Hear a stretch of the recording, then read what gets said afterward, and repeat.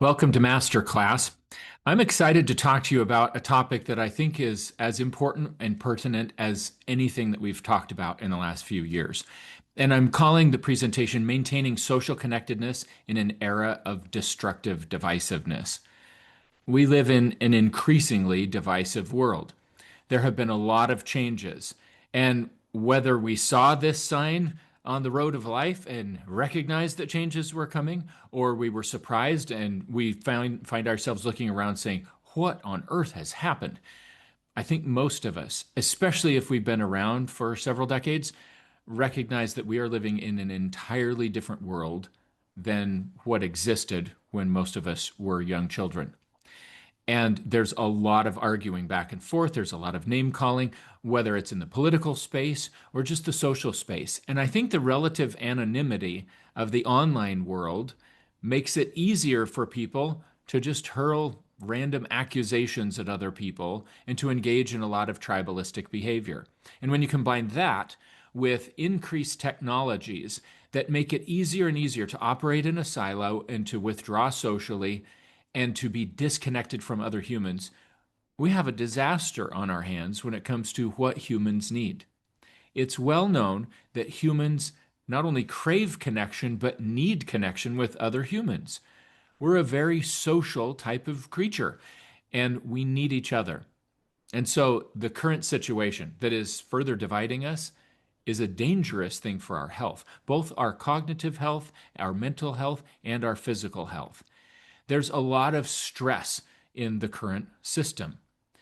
Maybe you've heard of the squeeze test. If you squeeze an orange, what comes out is orange juice.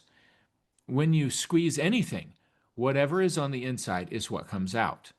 And these days, we as people are being squeezed, and whatever's on the inside comes out.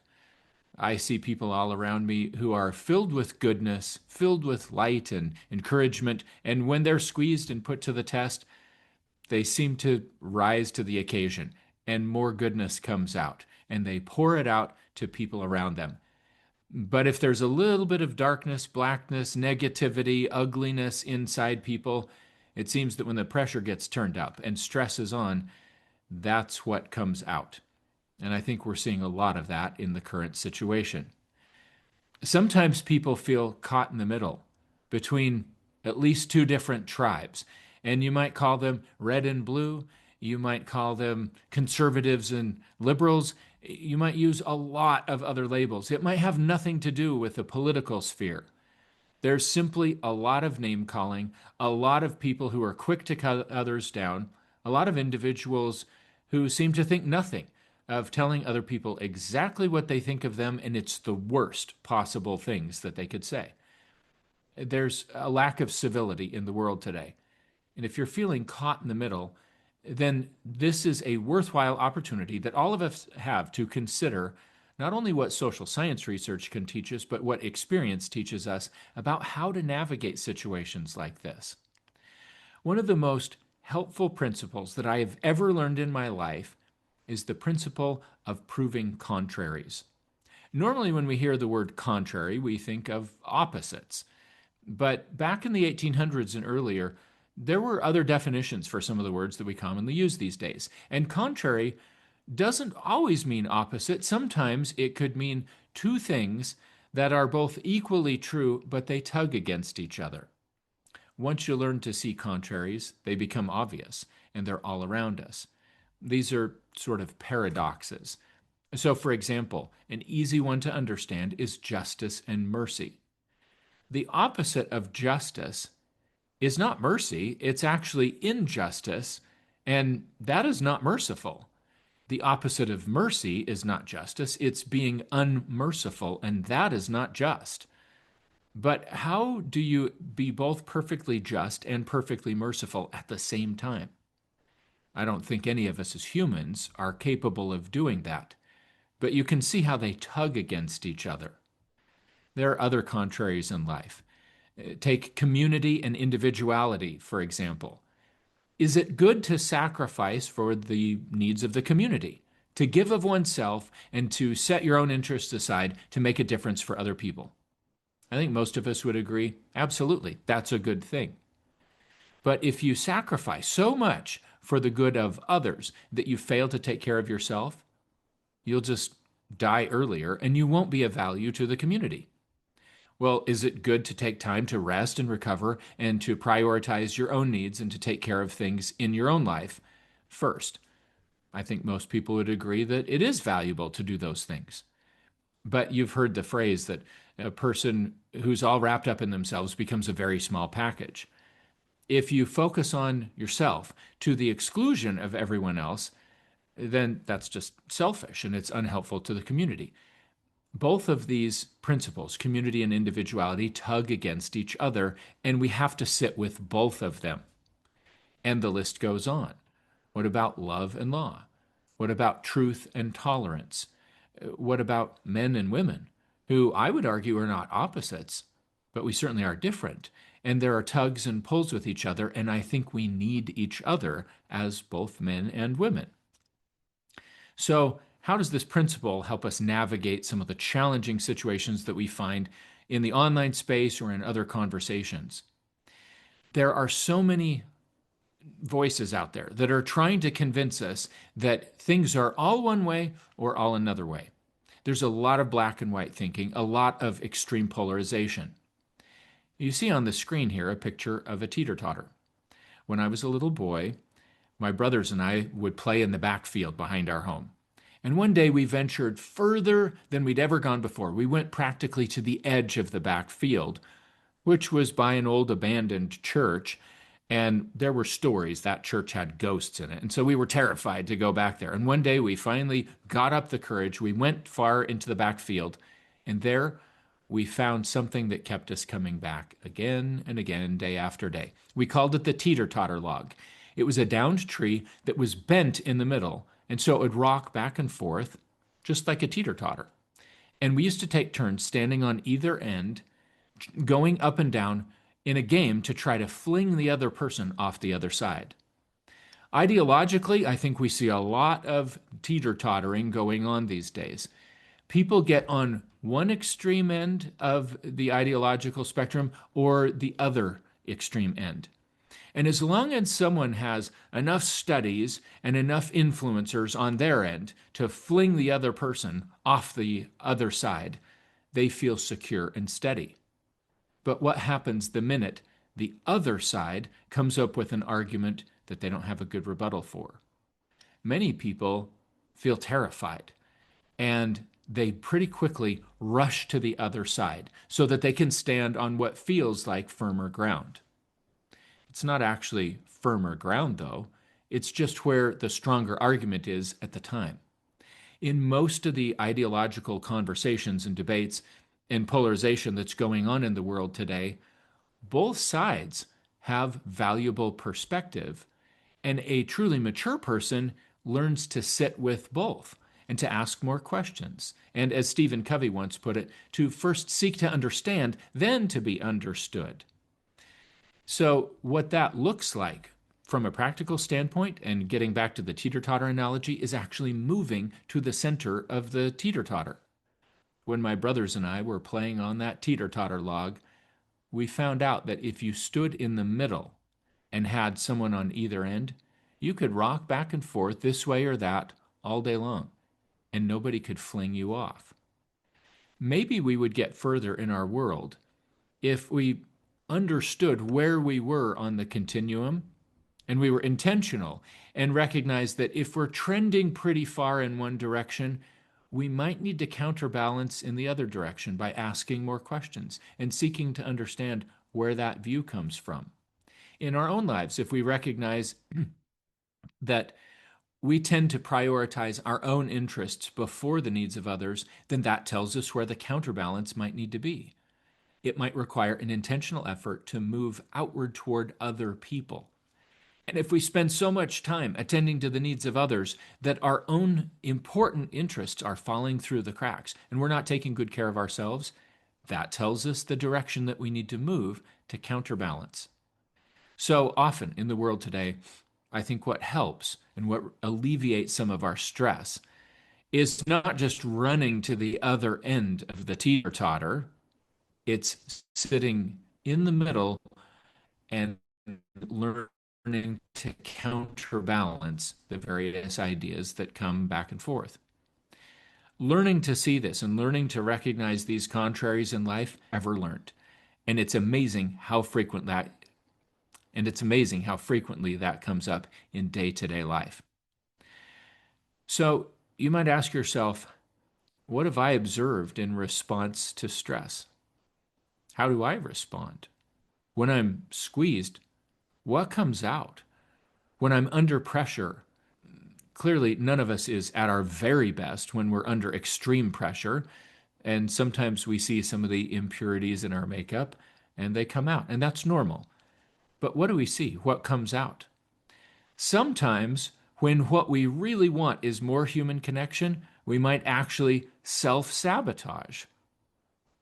Do you ever do that? I've certainly done that before. There are times when what I wanted was to feel closer to people and I was feeling disconnected. But I spent time doom scrolling because it was easy and it gave a quick hit. And it actually was like eating junk food that didn't actually nourish me. And I was left feeling empty. I think we've all fallen into that trap at times. But the more conscious we are and the more aware we are of our responses to stress, the more we can make intentional efforts to counterbalance and to stay centered in this crazy world that we're living in. One of the things that's also helpful is to take stock of our mindset. There are basically two ways that we can see people, according to the Arbinger Institute. And if you're not familiar with them, the Arbinger Institute has helped everyone from individuals and companies to world governments learn how to navigate conflict more effectively. They've written several books that I think are some of the most insightful that I've ever read. In their books, they talk about the idea that you can either see others as people or you can see them as objects. And when you see someone as an object, there's only three possibilities. They are either a vehicle that you use, they're an obstacle in your path, or they're irrelevant to you. None of us likes to be treated as an object. It doesn't feel good. If you drop kick an object like this slide clicker, it will go in whatever direction you kick it. But if you kick a person, they kick you back. Instead of seeing others and treating others as objects, I think it's especially important to see them as people. If we fail to do that and we instead interact with others as if they were objects, and we treat them like they're just a thorn in our side, they're an obstacle in our path between us and some better outcome, that leads to collusion. Collusion is a terribly frustrating situation, and we've all experienced it, whether we're aware of it or not. Collusion happens when our behavior unwittingly provokes more of the behavior in the other person that we don't want, and then their response causes us to do more of the thing that we don't want, and it's a vicious cycle. And it happens all the time, and it only takes one person to make a change. For example, many years ago, when my oldest son, who's now an adult, was about 13 years old, he was signed up to go to Boy Scout camp one summer, and he had been one other time the previous summer. About a week before the camp, I sat down with him and I said, Carter, you have camp in a week, and instead of trying to scramble to get packed up at the last minute, I want you to get packed up and have everything ready to go by Friday evening. So Monday morning, we don't have to worry about it because you have to meet your scout troop at 6:30 in the morning. And he said, fine. And I thought to myself inwardly, oh, are we entering this new teenage phase? Are we going to have to go through this period where he's mouthy? Because he wasn't normally like that. But I thought poorly of him. Now, I didn't say anything at that time, but the thought lingered. It was a label that I put on him. And it was unfair because it was really me not seeing something that was going on. Unfortunately, it would take further escalation and some collusion and my wife's help before I would see what was actually going on. Because Friday rolled around, and after school, I said, are you packed? And he said, no. And he was kind of defiant. At least that's how I labeled it. And I said, well, you need to get packed because summer's here and Boy Scout camp is going to start Monday morning, and you've got to get ready to go. And he said, whatever. And things just seemed to escalate a little bit. And so I walked out of the room. I came back later that evening and asked him if he was packed up, and he said, no, I'm not going. And I said, well, you are going. We've already paid for it. You can't make me. And I said, you want to try me? If you don't get packed up in the next 30 minutes, I'm going to lock the door in the Lego room and you won't have access to it.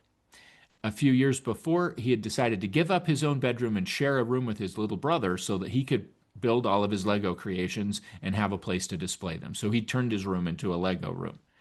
And I threatened to lock the door and take the key away so that he could not have access to his Legos. Well, that made him even more angry, and things kept escalating. We left it there, and then Saturday morning, I checked on him. I needed to go out to the garden to do some weeding, and I wanted his help. And he got angry that he needed to help, and I was pushing him to finish packing because he hadn't completed it Friday night. And some of you are probably rolling your eyes thinking, Eric, couldn't you see this? And like, this is obvious. But this is where I was at that time, and it just wasn't going very well for me. And as he and I started raising our voices toward each other, and I started threatening more, he dug his heels in further, and he started saying things weren't fair. And pretty soon, my wife poked her head in the room, and she put her arm around me, and she leaned into my ear, and she said, this isn't working. You need to try something different. And I knew she was right, so I excused myself.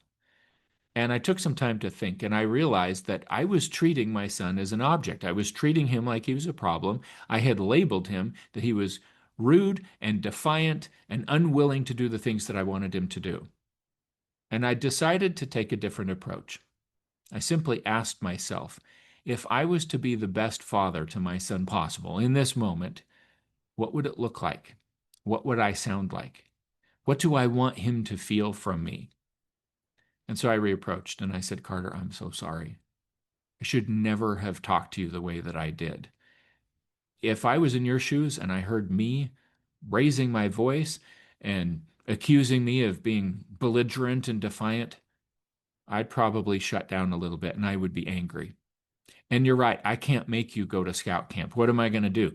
Sit you on my lap and sit in the back of your scoutmaster's truck and ride up there and force you to stay the whole time? I can't do that, and I'm really sorry. I hope you can forgive me for the way that I treated you. And then I said, I am concerned though. Last year you went to scout camp, and you seemed to have a great time. Something has changed. Something seems to be upsetting you. And I don't care if you don't go to scout camp. We've already paid the money. It doesn't matter. It's a sunk cost. But I do care about you. Is there something wrong? And his eyes welled up with tears, and he started to be concerned and started to stammer over his words. And then he tried to say, it's the rappelling. And I said, the rappelling? He went on to explain that he was terrified that if he messed up on the rappelling wall, that his scoutmaster would make fun of him. Now, his scoutmaster was a retired SWAT team leader, and the boys idolized him, and they were terrified of him at the same time. And for whatever reason, in his little boy head, Carter had it in his mind that if he messed up, that his scoutmaster would make fun of him. And he had never done that. I didn't think it would happen, but he was afraid of it. And instead of trying to talk him off the ledge, I had a better dad moment. And I looked at him and I said, that could happen. I suppose that's a possibility. And I guess you're going to have to decide if you want to go to scout camp badly enough that you're willing to risk that, or if you just can't bring yourself to do that. And if you don't want to go, it's okay. I'll support you in your decision. And with that, I excused myself and I went out to the garden to weed.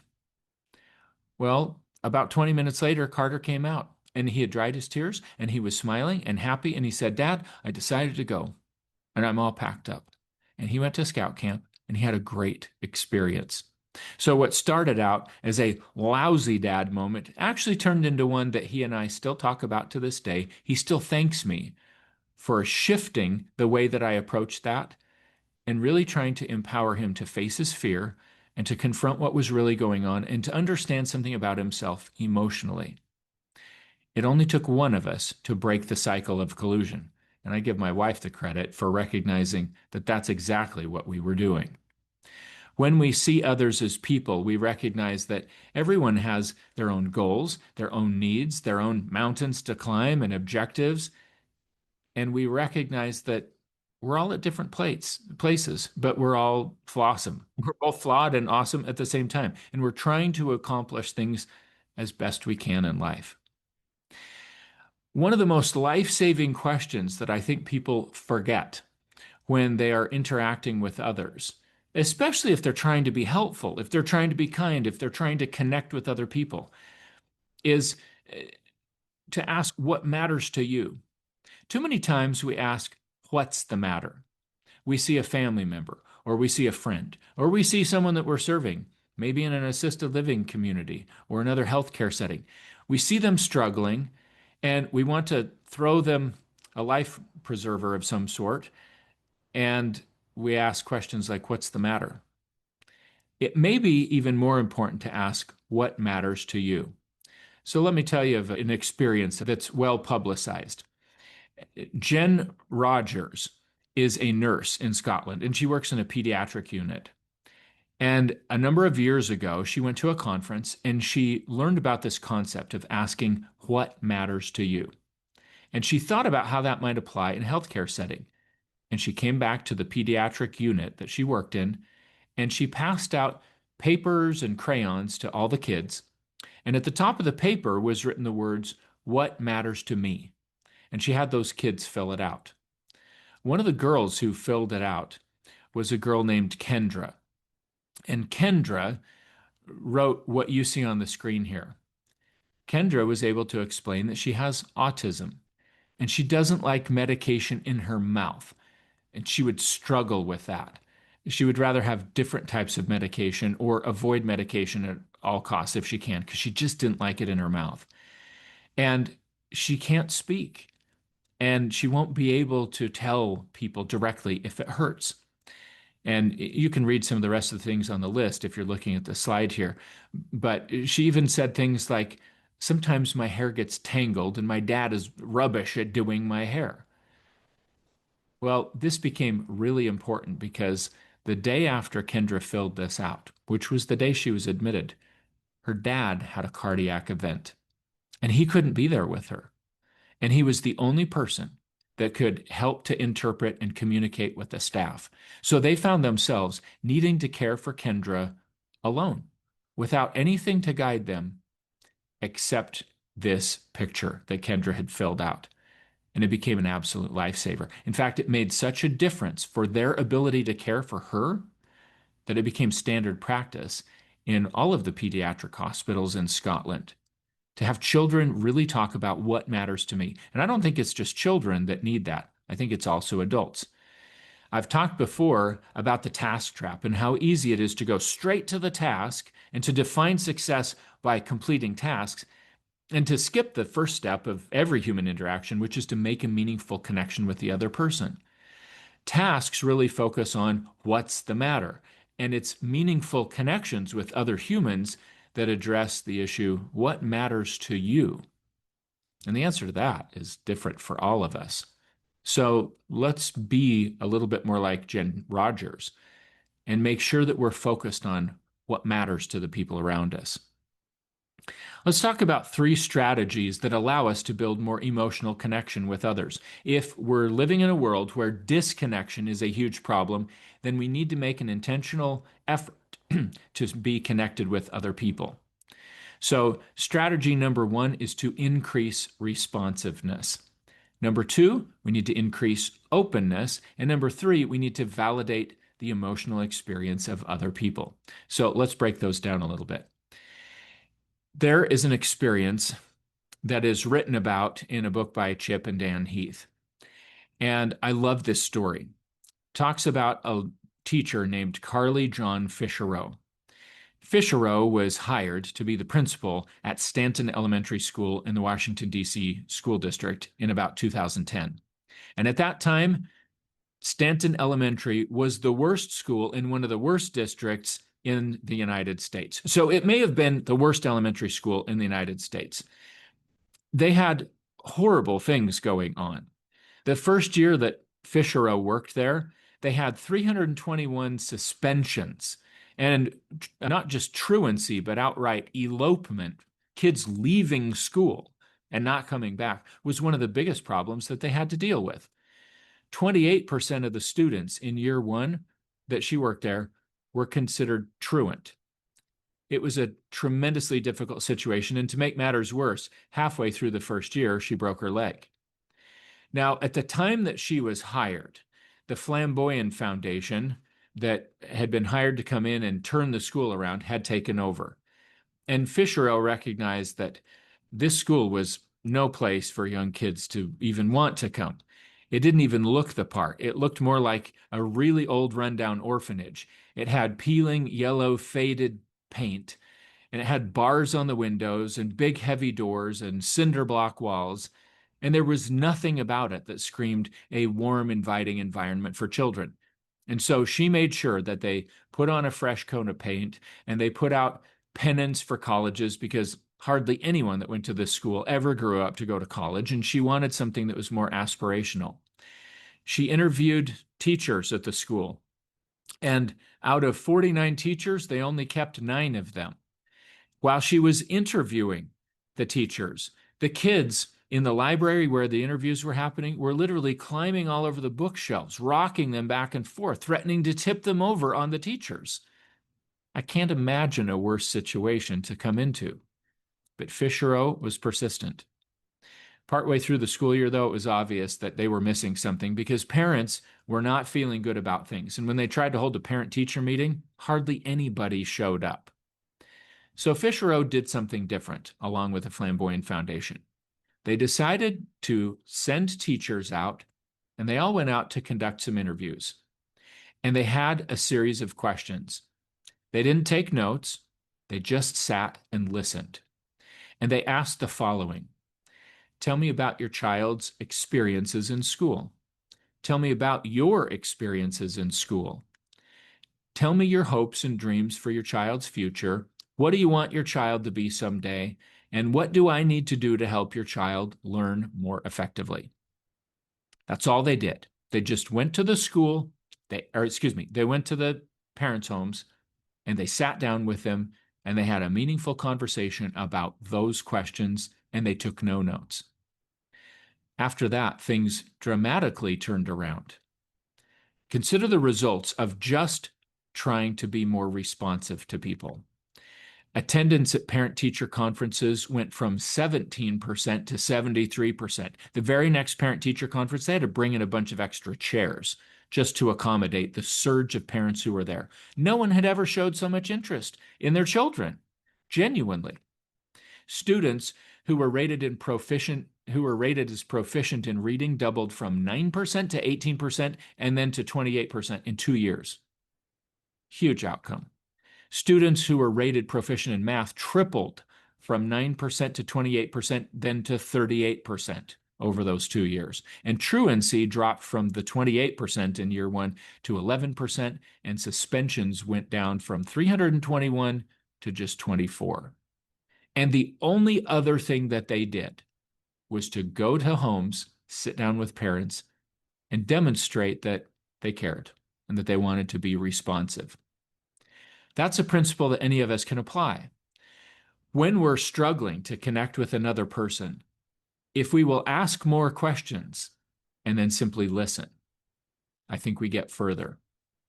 There's an old poem I love that says, "A wise old owl sat in an oak. The more he saw, the less he spoke. The less he spoke, the more he heard." Why aren't we more like that wise old bird?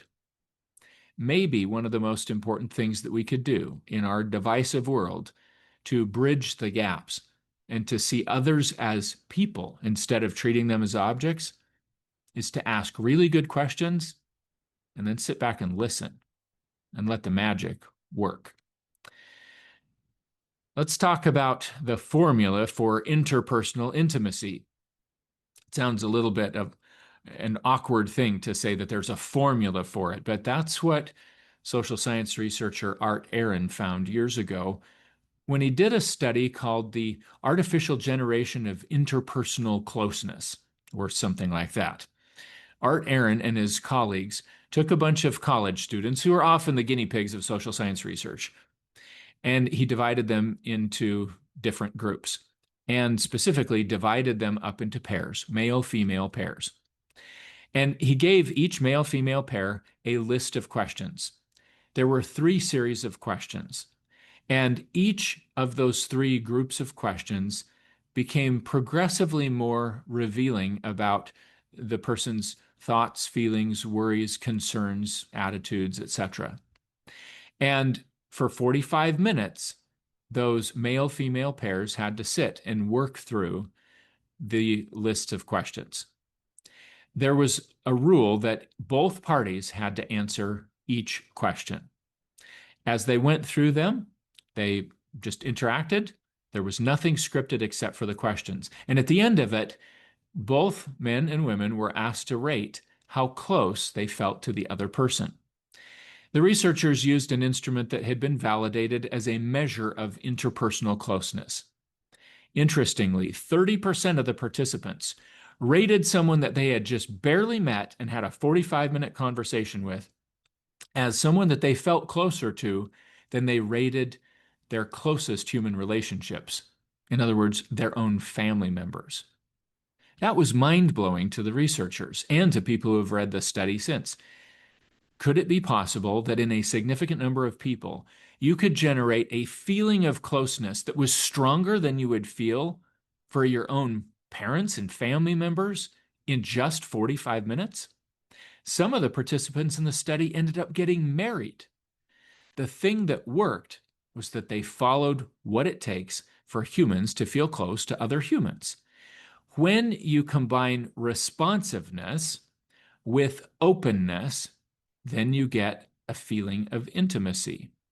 In other words, if both people share back and forth, and if what they share becomes progressively more and more open and increasingly revealing about what people really think and what's going on internally, there's a sense of closeness and intimacy. Now, I'm not suggesting that we artificially manipulate things, but if we understand that any time that we're going back and forth with people and we're really interested in what they're saying, and we're in turn sharing what we really think about things, it's likely that we're going to feel closer to people. And that's valuable in today's divisive world. So maybe 45 minutes is enough to sprout a deep relationship, at least to get things going. The third principle that I talked about is the need to validate emotional experience. So let's talk about how we feel. We have feelings because we have physical bodies, because we have neurochemistry. We have feelings because we have an experience, and it gets filtered through our beliefs, our attitudes, our values, our prior knowledge, and our neuroanatomy, and it pops out as a neurochemical thing called a feeling. And in the moment that we're feeling it, it's absolutely real. Now, you would never walk up to someone in a full leg cast because they had a femur fracture and say, "That's all in your head. Just take the stupid cast off. Let's go for a nice walk." Nobody would do that because it's obvious that this person has a damaged body part. But I'm confident that everybody listening to this has had someone come up when they were angry who has said, "Now just calm down." And if you ask most people, they'll say that is not helpful. In fact, most people get more angry when someone tells them to just calm down because it's highly invalidating. Most of us, when it comes to our own emotions and the emotions of others, do exactly the opposite of what would be helpful. Most people, in my experience, categorize and judge emotion. What that looks like is saying, this is bad emotion or this is good emotion. We do it in our own lives. I hear people frequently say, "Why am I feeling this way? I shouldn't be feeling this way." Instead of categorizing and judging as good or bad and something that we have to suppress and get rid of, we tend to get further when we observe and label emotion. When we're caught up in a lot of emotion, it's the limbic brain that's steering the ship. And the limbic brain has no capacity for language. Feelings are not easily articulated. That's why you could read everything ever written about romantic love. and you would know less about it than if you had experienced romantic love for just 5 minutes. There's something about the experience itself that transcends words because feelings involve the part of the brain that doesn't have the capacity for language. We just use words to try to have some sort of a label on it so that we can relate with other people.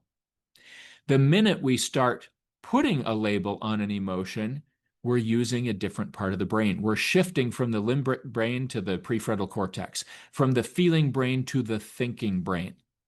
And that's a powerful shift because it diverts cognitive resources and energy toward a part of the brain that involves higher level thinking, that allows us to have a greater sense of control. And there's social science research to demonstrate that when you label and observe a negative emotion, that emotion is diminished. And interestingly, if you label an emotion that most people would consider positive, it tends to heighten the experience. If someone seems excited and you say, "You seem excited," they feel a little bit more excited. If you're feeling frustrated or stressed and you observe that and you say, "I'm feeling pretty stressed," for most people, that starts to lessen the experience a little bit. When we do that with others, it brings us closer together because people feel heard and seen. And one of the ways that we can connect with other people when they're seeming stressed is to mirror some of the things that they say so that we can keep them talking. If the goal is to listen more and try to validate what people are going through, we need to keep them talking. If someone's frustrated and we say, "You seem frustrated," and they keep talking and they say, "Well, it's just that when she said that it was going to fall apart, I didn't know what to do." You might mirror back, "What to do?" And that's an invitation to keep on going. Now, if it's done too much, it's obnoxious and it's obvious. But every now and then, when you just mirror back the words that another person says, it keeps them talking. And the more they talk, the more they process, and the more we can observe and label what's going on. It sounds like you were really irritated in that situation. And we keep them going until their brains do their own job to regulate their own emotional experience. So take an opportunity to practice labeling emotions for yourself and for others. And the more accurately we can label emotions, the more useful it is. Too many people use very general emotional terms like angry or anxious or hurt or embarrassed. And there's a wide spectrum for each of those things. When we say that we're angry, sometimes that's just a catch-all term. There's a big difference between being grumpy and being disgusted or just irritated. So the closer we can get to describing exactly what we seem to be going through or what we observe others going through, the more effective it is. So on the slide here, you see a list of emotional terms that comes from Harvard Business Review. It's important in the midst of all of our emotional experiences and the ways that we're trying to connect with others to recognize that where there is loss of any sort, there tends to be grief.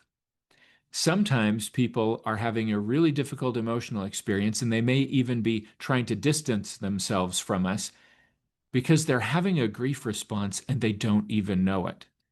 But if we're aware of that, it's easier to call it out. It's easier to say, "Sounds like you've had a real loss here. Sounds like you might be grieving."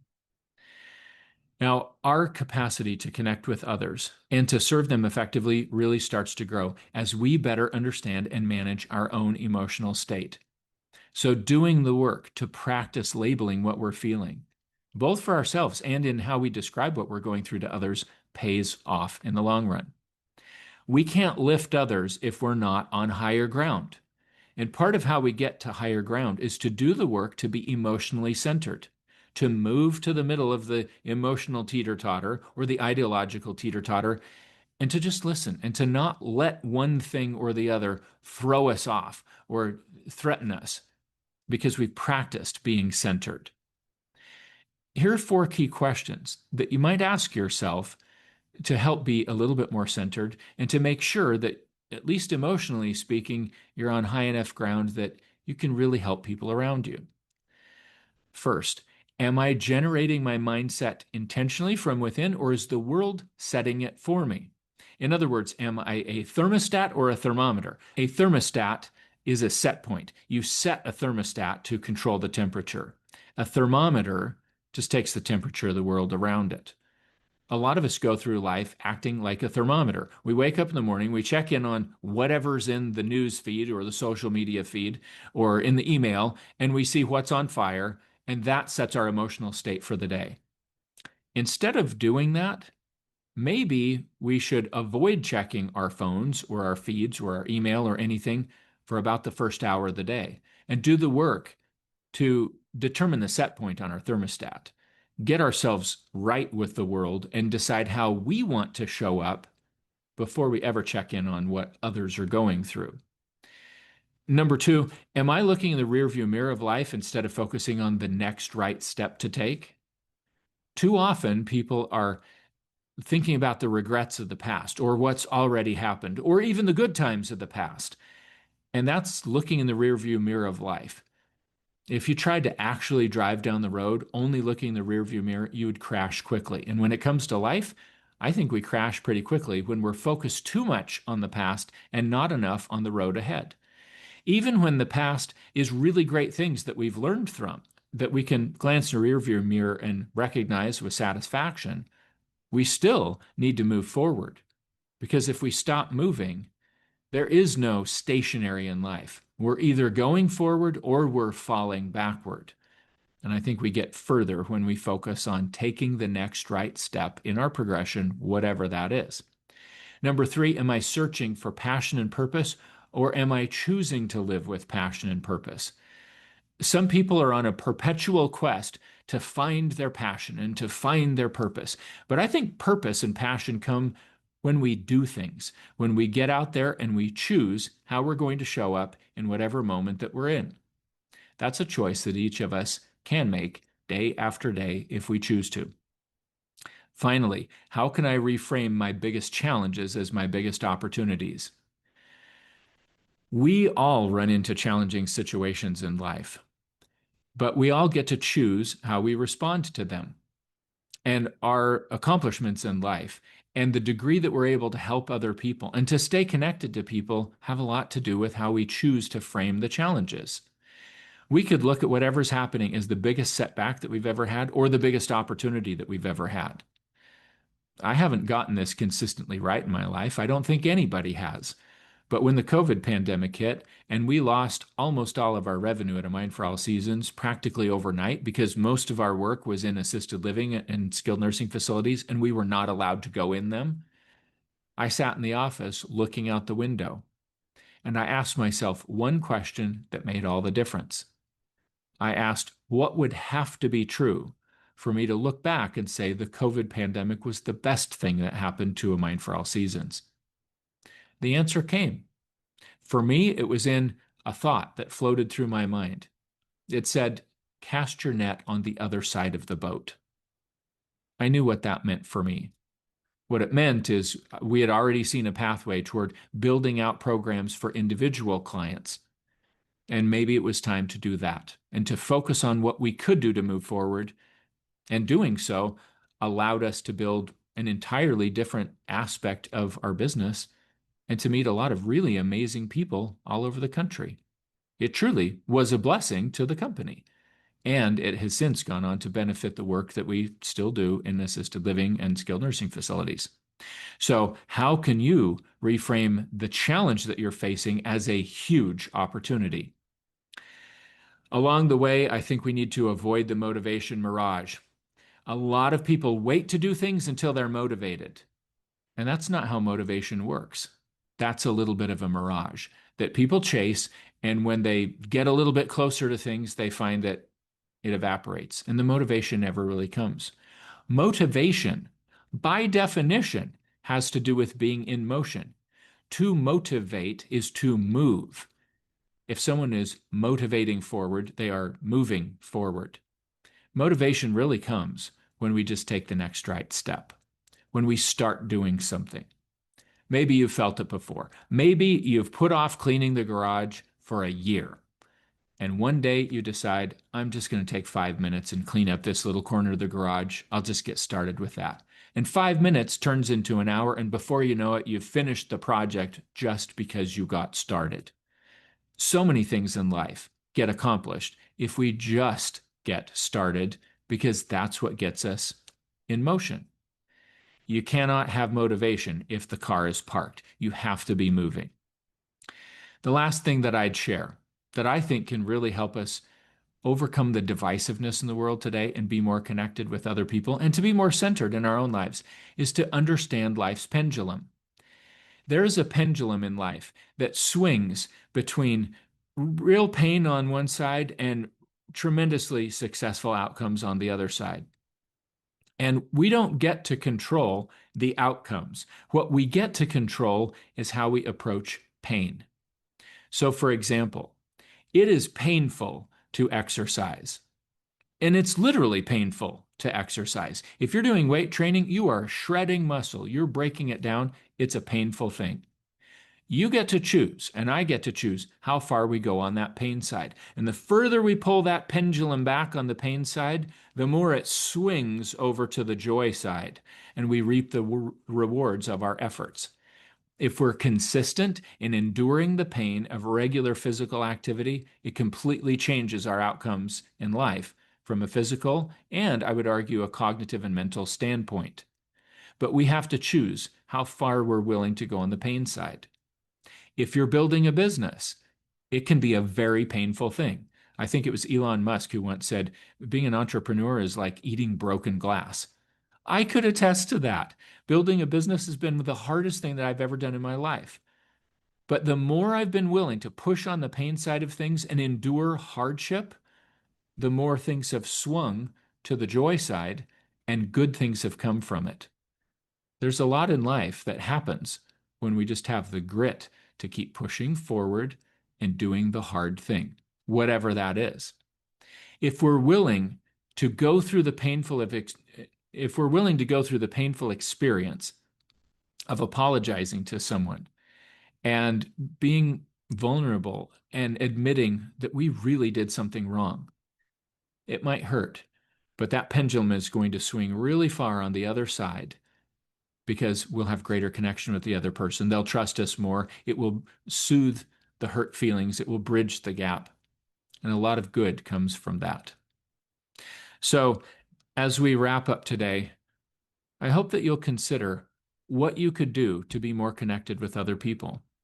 How could you endure the pain of intentionally working to be more responsive and more open and to validate others' emotional experiences and to pay attention to what you're feeling and to try to balance contraries in life so that these principles can work together to help you and help me make a bigger difference in a divisive world? We can lift others around us if we're intentional in taking care of these principles in our own lives. Let's wrap up there for today, and let's go to a little bit of Q&A.